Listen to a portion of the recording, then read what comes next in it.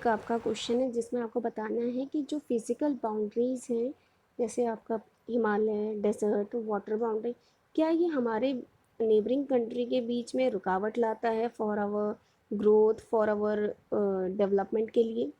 और modern India में ये कितना ज़्यादा इम्पोर्टेंट है, ये कितना ज़्यादा इफ़ेक्ट कर रहा है? तो ये आंसर आप डिस्कस कर सकते हैं मेरे साथ जब मैं आपका ओरल टेस्ट लूँगी। Understood? Now we coming to a question answer. First of all, I discuss the question answer here only, and I will provide a PDF file for your written writing purpose. Okay. So just go through the tick mark questions. The question first is asked that tell me the longitude, latitudinal extent is relevant for the extent of India's area.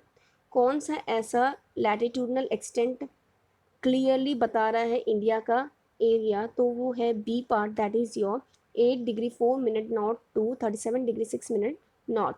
सो बच्चे आप इसको एकदम learn कर लीजिए, and the easy way to just learn it like your mobile number, so it will make you easy. Okay, ये तो आपको इसको याद करने में ज़्यादा ईजी रहेगा.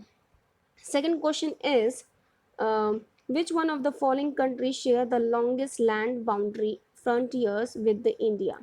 ऐसी कौन सी कंट्री है जो इंडिया की सबसे लॉन्गेस्ट लैंड फ्रंटियर शेयर करती है? फ्रंटियर होता है जो बाउंड्री के बाद में जो एरिया रहता है उसे आप कहते हैं frontier. Okay, with diagram. I always use a diagram to explain anything in the geography. Okay. Suppose this is the boundary line between two country.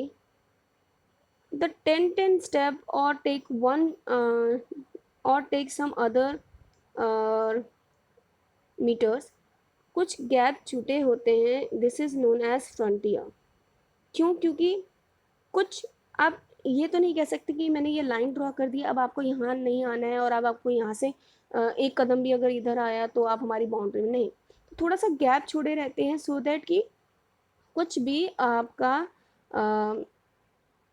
इतने एरिया में भी अगर आ जाए तो वो कोई भी प्रॉब्लम नहीं क्रिएट करेगा. तो वो थोड़ा सा मार्जिनल आप कह सकते हैं, वो दिया रहता है. ठीक है, जो कि पार्ट होता है वो बाउंड्री का ही होता है. ठीक है, लेकिन ये एक सेफ्टी टाइप का होता है जिसको हेल्प करते हैं आपके फ्रंटियर से.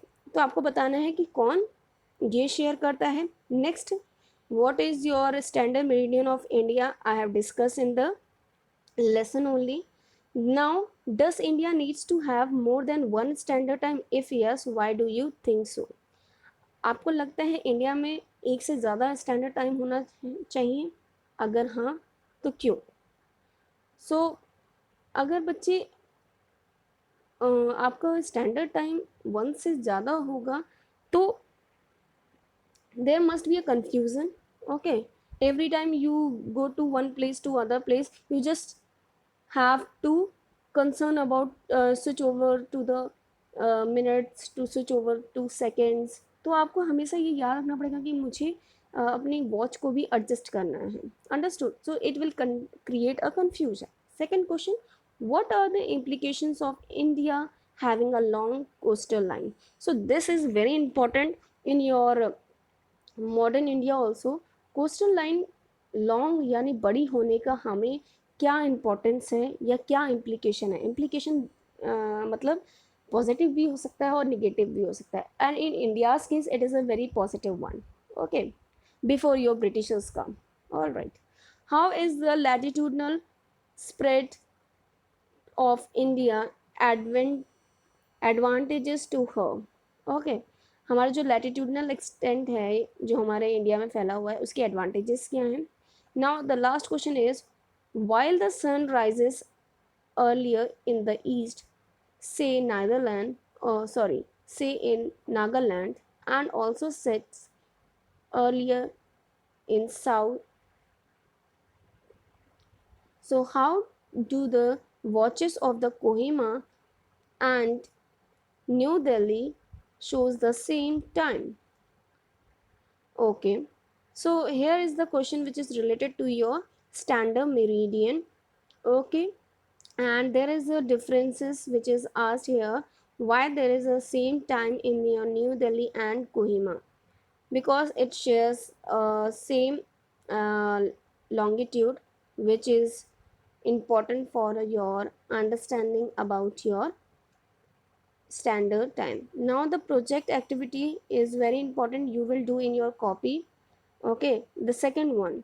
Okay, which state amongst the Uttar Pradesh, West Bengal, Gujarat, Arunachal Pradesh, Tamil Nadu, Tripura, Rajasthan and Jammu Kashmir is most thinly populated?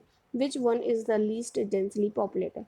So आपको बताना है कि कौन इसमें ज़्यादा पॉपुलेटेड है और कौन इसमें कम पॉपुलेटेड है. Identify the state with the coastal boundaries. आपको स्टेट्स एंड उसके कोस्टल बाउंड्रीज पता करनी है. And for this question number 4 आपको मैप ड्रॉ करना है. ठीक है, अगर आपके पास मैप है वेल एंड गुड, आपके पास अगर मैप नहीं है तो आप ज़रूर ड्रॉ करिए.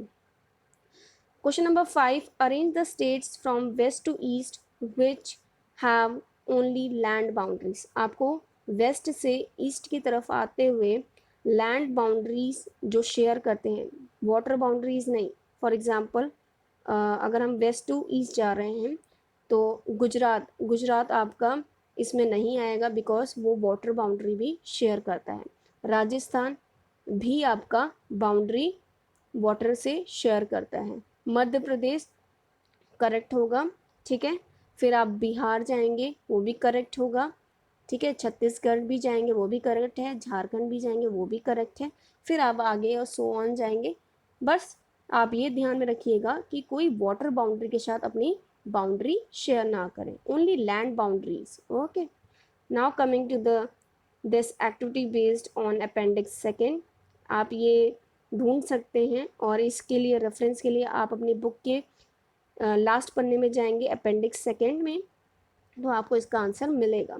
Okay, first question is list the union territory with which have coastal location. आपको यूनियन टेरिटरीज आपको पता है कितनी है?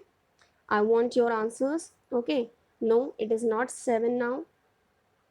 सो आपको कोस्टल लोकेशन जो यूनियन टेरिटरी शेयर करती है, कोस्टल लोकेशन यानी कि जो वाटर बाउंड्री के टच में है, उसको आपको आंसर्स देने हैं.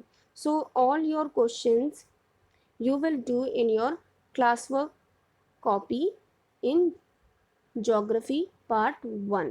Understood? Thank you class.